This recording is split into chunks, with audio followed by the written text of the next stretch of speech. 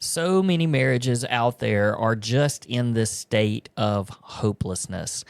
And so many of you are asking the question, is there even hope for my marriage? And so today, we want to answer that question for you, and we want to encourage you because, yes, there is hope for your marriage. So stay tuned.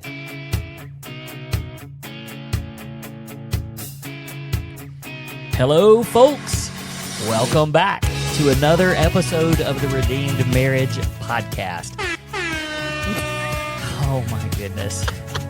She found little toys to play with. There's buttons on this thing that are so fun. I never knew what any of them meant. Well, see, yeah. You didn't tell me on purpose because you knew I'd play with them and have too much fun. Yeah, let's don't. There's one that makes your voice sound like a chipmunk, but I don't know where that one is. Oh my goodness. So, all right.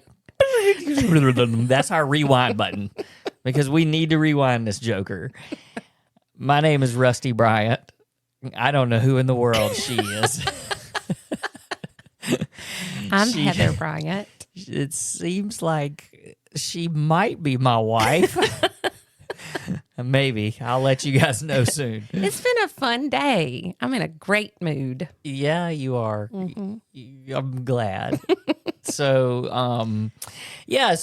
we are, this is the Redeemed Marriage Podcast. I think you probably know that. If you are listening, you found us.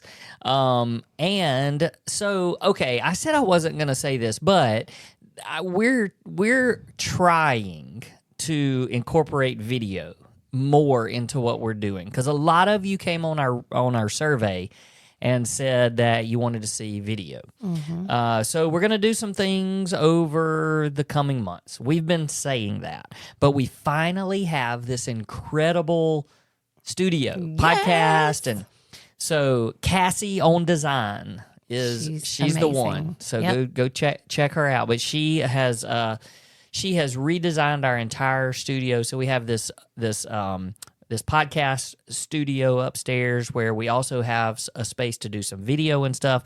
But we're going to try to video and record our podcast just as it is in the audio form, but we're going to put it on YouTube. And we're trying that today, but we're still playing around. We're going to have to get some audio equipment and stuff like that. They may not can hear us real good. So here's why I'm saying all that. If you want to go to our YouTube channel, theredeemedmarriage.com, go ahead and subscribe because there's going to be stuff coming. And it might be that this podcast is on there. Yeah, maybe. But maybe not. And you know what I just thought of? The people watching the video, they can't hear the No, they can't. So they missed that completely. Mm-hmm. Sorry. Yeah, they're probably like, what just happened? She doing? Why are y'all laughing at nothing? Anywho. All right, but it has been a good day because we are actually recording this on Easter Sunday. Yeah. Which is part of the reason why we have chosen the topic that we've chosen for today. And we wanted to just be able to answer the question, is there hope for my marriage? And we feel like a lot of people tune into us because they are looking for some hope and they want to hear something that's going to give them some sort of a lifeline to, is my marriage going to even make it?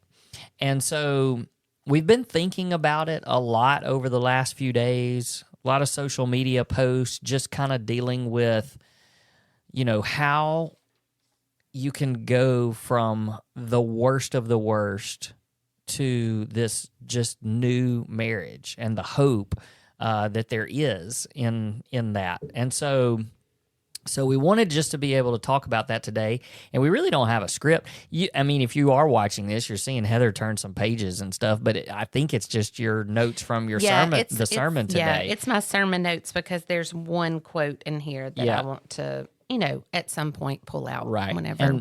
And that's the thing, sometimes we do have, hey, we want to tell you the 5 things that you can do to, whatever, but today we're just talking. Yeah. And the reason why we're just talking is, Friday was Good Friday.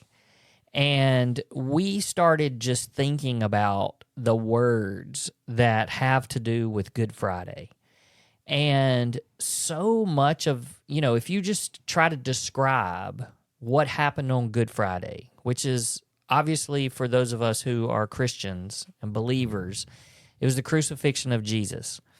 And those days, or that day, to just describe it in the words that you would use to describe it would be all hopelessness. Everything, all the words would be, there is no hope. Because that's what the people were feeling when Jesus was hanging on the cross. Even though he told them that there was going to be hope, they saw him dying. And so as they were in the middle of it, there was no hope. It was despair and death and darkness and hopelessness. All of those things, those are the words that could describe that day. And as I was thinking about those words, I mean, it just hit me that like 12 years ago, and again, I don't know when these people are listening to this. Maybe somebody's listening to this 5 years from now. Hopefully we'll still be doing this podcast 5 years from now. But so maybe, for a point of reference, it's 2011 would be 12 years ago. Right. But I thought you were saying it's 2011. It is not 2011 right now. Yes. People are. So it was like, how many? 12 and a half years ago. 12 and a half years ago. But for those of you that we're not going to go into our entire story, but we have a lot of new listeners. We get new listeners every week. And by the way, if you are a new listener to the Redeemed Marriage Podcast, there are like 140 episodes. Please go check it out. You can find all sorts of topics on marriage. But we know a lot of people come and tune in because they want some hope. And if you're not real sure about our story or haven't heard it, the gist of it is that in 2011, which is what we were just referring to, August the 23rd, Heather came to me and confessed to being unfaithful. And a few days later, the whole story came out, and it was a mess.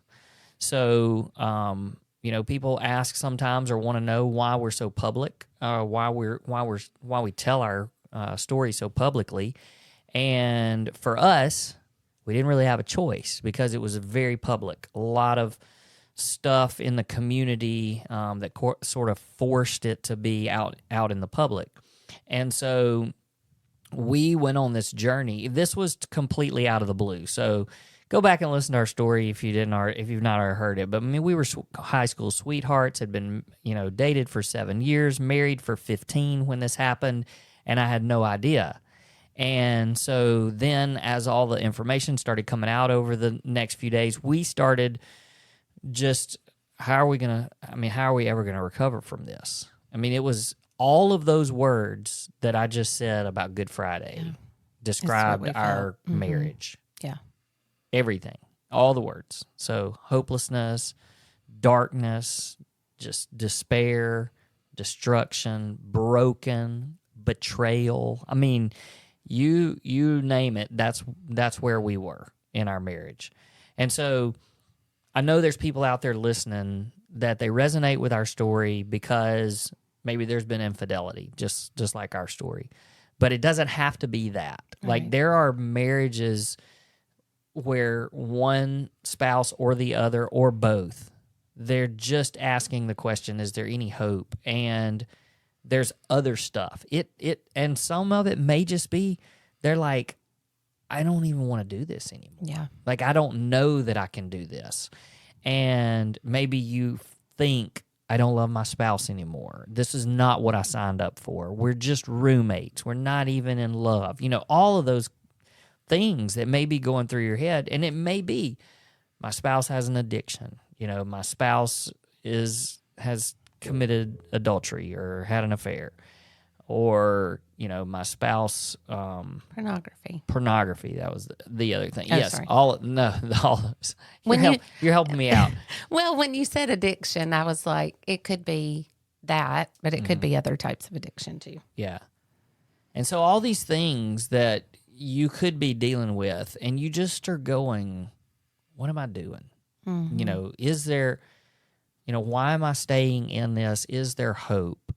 And so that's what we want to talk about today. Yeah. Is And answering that question. yeah, my heart goes out to for the people who they feel like they're the only one fighting for their marriage. Mm-hmm. Like maybe their spouse just isn't locked in, and they're the only one pulling the weight in the marriage. And I just think about those people. It's easy to give up hope in those situations because you're like, I'm the only one trying. I'm the only one listening to this podcast. I'm the only one, And so that could definitely be the situation too. Yeah, and I mean, we could really go through like the whole Easter weekend and relate it to marriage, and that's kind of to me sometimes what I think about is like Saturday, the day The of waiting. Yeah. And it's like, okay, yeah, there's this despair and destruction, and I do have hope for the saying Sunday's coming. It's Friday, but Sunday's coming. Yeah. Well, there's a Saturday in between. That's right. And that Saturday in between is that period of waiting. Right. And, what do you do in that waiting period? And of course, that's a whole nother episode in itself. Right. Which we have done that before. You can go back and look for those. But, and maybe, we need to revisit some of that stuff. But what we want to do is we just want to talk about how if you feel like you're stuck in that Good Friday spot and you feel like there's no hope, is there hope, and why? Why is there hope, and why have hope in the midst of the turmoil and everything else that's going on in your life and in your marriage? So, what I was thinking about throughout, just trying to process. I mean, really, just as Good Friday hit, and thinking about all of the negativity and the destruction and the hopelessness and all of that. And then trying to get to a place where it's like, well, is there hope for all these marriages out there that are going, what do I do? And the reason why we are so adamant about sharing our story is because people need sometimes to see hope before they have hope of their own. Yeah. And I know for us in 2011, one of the first things that we did, at least for me, I was desperately trying to find some. You're about to try to sneeze. No, I'm trying to not sneeze. But we were desperately trying to find a story that we could relate to because we felt so alone. So alone. Just like we're the only people going through this. Yeah. We have to be the only people that have ever gone through this. I mean, that's what we knew that wasn't true, but that's what it felt like. Yeah, because people just won't talk about it, and they don't talk about it, and there's reason. There are lots of reasons for that. We're not telling people to start a podcast. That's right. That's right. I mean, God may call you to that at some point, but your story can have an effect on a lot of people. And so because there it is. Sorry about that. So, but our story was public. And so we had this opportunity to walk it out. Yeah. And honestly, we were walking out a miracle of God in front of ourselves and in front of other people. And I think about just like when anything traumatic happens to you in life, the first thing you do is you want to go find somebody that's had that experience. I mean, it could be anything. I mean, an injury. Yeah. Well, and I remember doing that when I was walking through breast cancer. Yeah. I just wanted somebody who had been through what I had been through, and not only that, but was then cancer free. Right. And what that life after cancer looked like. Mm-hmm.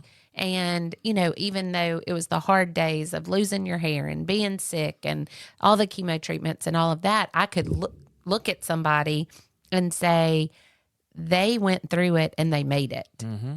And not only that, but their hair grew back and they're living life to the fullest. And, even when Luke tore his ACL, he was following along with people who had gone through it before. And not only that, CJ Wentz. Carson Wentz. So where did CJ come from? No idea. Carson Wentz had tore his ACL on the same day Luke did. And he's an NFL quarterback, for those of you who don't know. Yeah. And Carson is, not CJ. Neither is Luke. But anyway, Carson Wentz, he's an NFL quarterback, and he tore his ACL on the same day Luke did. And watching Luke watch Carson's recovery was really neat, because it was like, oh, well, he's here and I'm here, and so in a way he was walking through that with him. So it's amazing to have somebody ahead and amazing to have somebody with. Yeah, I mean, and that's where we draw our hope from sometimes, is just from other people's story. Right. And so we say that all the time. If you don't have any hope, borrow some of ours for a time, And really what we mean by that is, like, look at our story and go, okay, they made it through the worst of the worst. And so we can make it too. And so I think about, like, well, okay, that's great. Your story, our story, it worked out, but what about my story? Yeah. My story might be different. And yes, it might be different. But here's the other thing that I want everybody to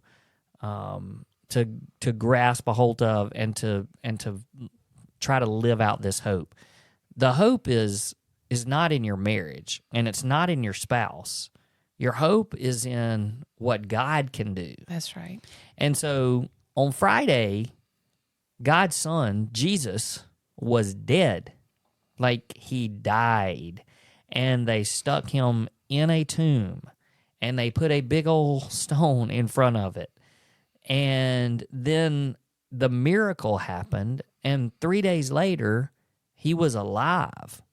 So God is a God of miracles, and he's a God that brings dead things back to life. Yeah. And he does that in individual lives, but he also does it in marriages. Absolutely. And we see it all over the place. We see marriages all the time come literally from death to life. Yeah. And so if you wonder if there's hope for your marriage, there is, because of the God that is a God of miracles.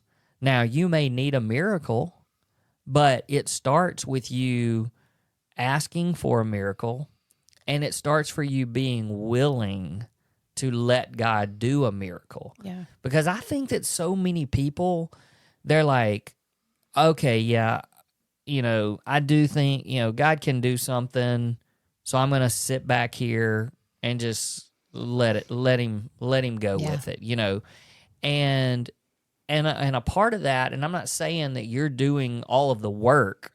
You do have to put in lots of work. God will perform the miracle in your heart, and he can perform it in your spouse's heart, but you have to allow it. And I remember when we went to our marriage intensive, that was one of the first things that they asked us on the phone. Like, even before they let us go to the marriage intensive, they literally asked each one of us separately, are you willing to allow God to work a miracle in your marriage? And I mean, I just think that there's people out there, they may say that, but they don't, not really. Yeah. I mean, they're or they say it, but they don't believe he'll do it. They don't believe it. And I'm telling you, people, if you are in that spot where where you feel like there's no hope, you got nowhere else to turn. Like, turn to God, because he is a miracle worker. And here's the great thing. Our pastor talked about this today when he talked about miracles. He talked about how when some people ask for miracles, quite honestly, they ask for stupid stuff. I mean, we ask for things sometimes, and God hears them, and God can do all kinds of miracles, and he does. He's still in the miracle making business. But you read through scripture, and I can tell you one thing that God is for all the time. All the time. He is for marriage. And he wants your marriage to be a correct picture of him. He wants it to point people to him. He wants your marriage to be successful. That's why you have a covenant. That's why you come before God and you commit and you say your vows. And God wants that to, he wants your marriage to stay together. He wants it to be. So as you're praying for this and as you're believing that God can do it, it's not like you're believing that God's going to send you a new Ferrari, like our pastor said. You're not praying for a new Ferrari. You're praying for your marriage. Yeah. Now, there's also roadblocks there. The roadblocks sometimes can be your own heart, but most of the time, if you're believing and you're praying for it and nothing's happening, then the roadblock can be your spouse as well. Because obviously, the successful marriage is not going to happen with just one spouse. And so that's when you start praying. You're believing for a miracle, you have hope, and then you start praying for a miracle in your spouse's life and in your spouse's heart. Yeah. Yeah. Now, what about that couple? What about that the spouse that's going, I am doing that, Right. and nothing's happening in my spouse's heart? Right. Well, what the first thing that comes to mind is that there's Saturday.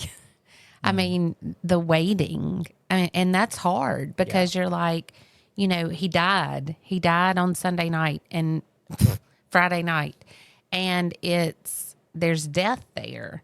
And that waiting, it's not like in the waiting they were celebrating. They hurt through the waiting. There were tears through the waiting. There were crying out in the waiting. And they were waiting for God to do something big. And so I think a lot of times it is just waiting on God to answer or waiting on God to change the other person's heart. And, you know, when you were talking, I was thinking about how sometimes we ask for things that we would think God would want, you know, like, you know, I just think about our boys and praying that they would end up at the right college and, oh, we want something good for them. And we were like, he's a good God and his character is good. So surely he would want this good thing for our child, or surely he would want this thing. But then you're like, maybe that's not in his plan. You know, maybe that college that we think would be wonderful for our child, or that girlfriend, or that whatever that we're praying for that we think would be wonderful for our child, but maybe that's not in God's plan for him, and we just think it is. But that's not the case with marriages. There's not going to be a time, unless, of course, we have talked about abuse, habitual sin, all of those things. We would never tell you to stay in a marriage like that. But in the marriages that are just stuck and can't get anywhere, he wants to work on miracle there, because that's his desire and that's his design, is for marriages to be, I mean, it talks about it being like the husband, help me, the bride of Christ. Right. You know, sorry. I don't know. You just threw me under the bus because I don't know where you're going with this. Sorry. You're supposed to be able to read my mind. But like he cherishes marriages. And like you said, we are under covenant with him as a couple and to our spouse. And so you never have to wonder if God wants to save your marriage. But and there's that flip side of that too, where you say, well, you're waiting, and you know what's God's plan, and you know what's in God's timing, all of that. But there's also just the reality of sin and human choice. Right. And so, you know, you may be watching your spouse just do stupid stuff. And not choose Jesus. And not choosing God. And God may be trying to work a miracle in his or her heart. Right, sure. And the spouse is just rejecting it. Now, does that mean that that's going to continue forever and ever? Well, that's our prayer, and that's your hope, is that God can work the miracle in his time. Right. Well, and God is the only one that can change somebody's heart. Yeah. I mean, like, the whole sermon today, it started off with, what is a miracle? Well, a miracle is if this thing is going to happen, then God's got to do it. Yeah. I mean, that was the quote. Right. And I wrote it down because I was Yeah. like, yeah, that's exactly what a miracle is. And so many of you are right now, you're in your marriage and you're going, all right, if this is going to work, God's got to do it. Mm-hmm. But he can. Mm-hmm. He can do it. Right. Right. And then I think beyond even that, where people kind of get to a point is, do I even want God to work? Like, you just get so stuck and frustrated in where you are in your marriage, and you just think, do I even want God Right. to work a miracle? And maybe it'd be easier if that miracle didn't happen. yes, and maybe you're even at a place where you're like, well, God has worked a miracle to where we've been able to forgive each other and we have reconciled, but the miracle that needs to happen is that we actually enjoy our marriage. Mm-hmm. And I think a lot of people get stuck here because it's like, yeah, we stuck it out and we're sticking it out, but there's no intimacy, there's no physical, spiritual, emotional, there's no connection. And it's like, God needs to work a miracle in that area too. Right. And so as you look at our story, what I want people to see is not just, man, they made it, you know? I mean, that, you know, there was betrayal and unfaithfulness and infidelity, and they decided to stay together, and they've made it 12 years. Hooray. Right. But that's not who we are. And that's not the end of the story. No. And the thing is that God's still writing our story, which is amazing, because we have two amazing boys that have gotten to journey along through us. And that hasn't been easy for them either. But journeying along with us and knowing that our God is a God of miracles because they've seen it walked out in their mom and dad's lives. But now on top of that, just the fact that the very thing that Satan used to try to destroy us is what God is using as a weapon against Satan. Against the enemy, that's right. Is our story. And our story is a story of Satan trying to attack and destroy our marriage. And you better believe it. If you found us, if you have found our story, there is a reason. Yep. And it's just like every time we hear from somebody and you say, oh, your story has given me hope, and you know, we love listening to your all that. I mean, I just feel like God is just sucker punching. Yeah. And I feel like we're sucker punching the enemy every single time.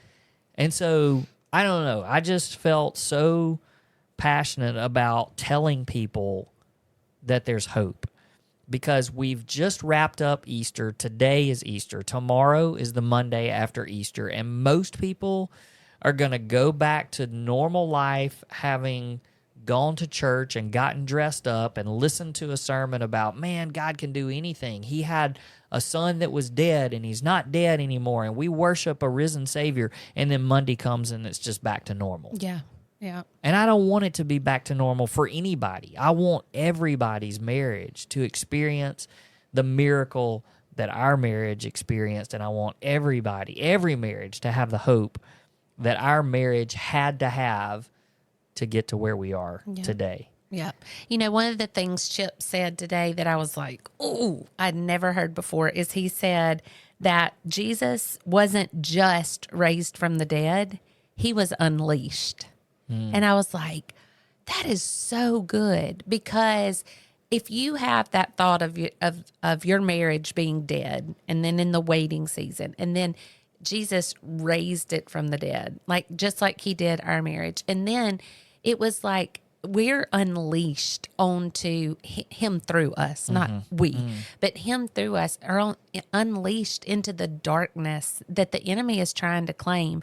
And we tell people all the time, he is after our marriages, because the enemy goes for our marriages, then he gets our children, then he gets the family tree, then it's generational Communities, of then damage. nations. Oh, yeah. Absolutely. Because of one marriage. I mean, it can be that powerful. The enemy can use that powerfully. But the fact that God can redeem that and restore that and wants to say, not today, Satan, and you're not having this marriage. And that's what I want people to hear and to claim. Like, you're not having my marriage. Like, you are not having my marriage. Yes, we may be stuck. Yes, I may be praying that for something that I don't even see in my spouse. Maybe it's, I don't even know if my spouse's heart can be changed. But I'm going to tell you, I know that God can change the hardest of hearts because he changed mine. And that's hope. I mean, if you're listening and you're like, my spouse is never going to change. If God wants to change their hearts, he will. And he can. And he can defeat death. And he can defeat the darkness. And so keep praying for that. You might be in Saturday, but Sunday's coming. You might be in Friday, but Sunday's coming. Like, all those 2 days leading up to the biggest day that as believers brings us the most hope that anybody could ever want or imagine. You know, we did a episode not too long ago called "Why Didn't God Stop the Affair?" And there's this turmoil and conflict inside of us that's like, why would God allow this stuff to happen? That's right. And like, I had to battle that. I have been a follower of Christ for a long time. Never perfect, obviously, but even during all of this, I was doing my best, failing, but doing my best to be a follower of Christ. The best that a sinner can do. That's right. And you still did what you did. And so many times I would go, why didn't God stop that? Like, I didn't have to go through that. Like, I didn't deserve to go through it, all of those things. But God knew exactly what it was going to take for you to become the broken person that you were.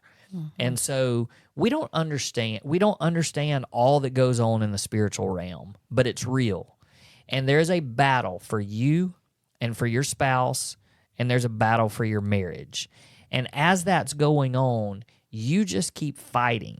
You keep fighting, and you keep fighting on your knees in prayer for you, your spouse, your marriage, and let God battle, because there is hope. And the last thing I want to say, did you need to say anything before closing? Good. The last thing that I wanted to say is, you guys, we have heard so many people that have said, well, I don't really want to share what I'm hearing from you guys, because then people think I have marriage problems. Yeah. And here's the thing. We don't ask people to share our podcast or social media stuff or videos or anything like that. None of it is for us. It is because we want as many marriages that need to hear this message of hope, we want them to be able to hear it. And I'm saying that because you may be scared to step out and share that you're aware of this story, because somebody might go, oh no, I wonder if that's their story. I wonder too. if they must have gone through infidelity. And what I want to challenge you and encourage you is, you may be the access that somebody needs to get some hope. And so just by you sharing, sharing that of the redeemed marriage, or of a story with somebody, you might be the reason that they experience hope, because you're able to pass that along to them. So don't be afraid. Don't be afraid, because we're not just for marriage. This is not a podcast for marriages that are going through infidelity. This is for every marriage, and every marriage needs hope.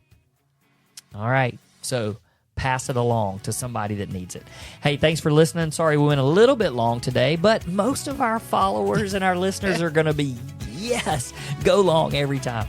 Hey, thanks for listening. We just want to make sure that the story of hope for marriages gets in as many hands as we can get it into, or ears, I guess you can say. All right, so thanks for listening. We'll see you guys next time.